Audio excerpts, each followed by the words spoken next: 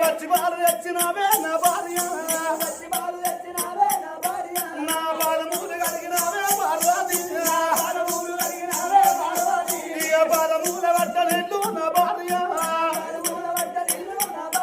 మీ పైన తల్లుకున్నవమ్మ పార్వతి నా మనసు సంపూర్ణమయ్యే పార్వతి నాకు సంతోషం అనిపించే పార్వతి ఇక ఎన్నాడు లేదమ్మా పార్వతి భర్త అంటే ఇట్లా ఉండాలి. భర్త అంటే భార్యను ప్రేమగా భార్య అంటే కూడా గిట్టనే ఉండాలి. నేనంటే ఎంత ప్రేమ నా భార్య పార్వతమ్మకు. ఇప్పటికు అంత సేవ ఉన్నదా? వెనకట భర్తను గౌరవించిండ్రు, భర్తకు భయపడ్డారు, భర్తకు విలువరించి మెదిలిండ్రు, నిండా నూరేళ్లు బతికిండ్రు. ఇప్పటి కంప్యూటర్ కాలం లోపల చేసుకున్న భర్త పొద్దులాగా పుట్టడు కట్టం చేసి తెల్లారంగా గిట్లా ఒక తప్పన తెలుగులాగా వాడుకున్నాడు అనుకో. భర్త పక్క లోపలికి వెళ్ళి లేవంగా వెనకటి బంగారు తల్లులు భర్త ఉంటే భర్త 2 సార్లు మొక్కి లేచిన రాదా కళ్ళ కట్టుకున్న లేచిన రాదా.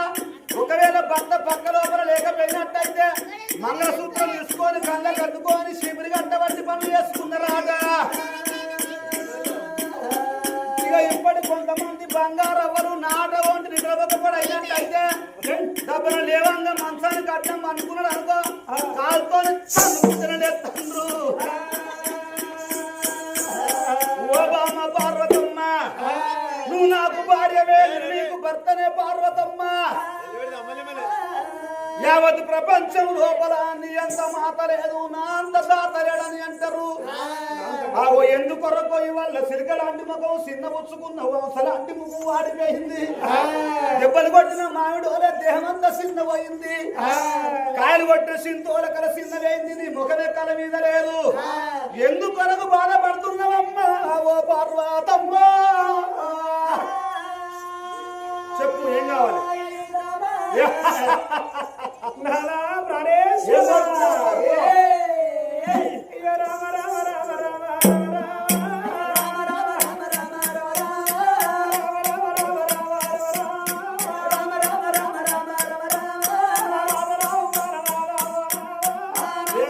బంగారంగా ఉన్న తక్కువ ధరే 1,40,000 వేయాల.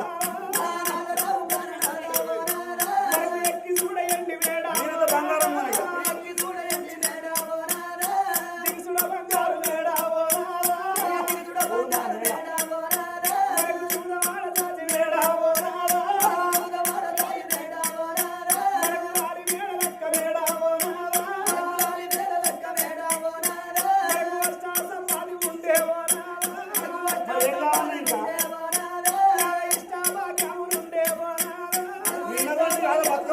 పట్టుసీరే 10,000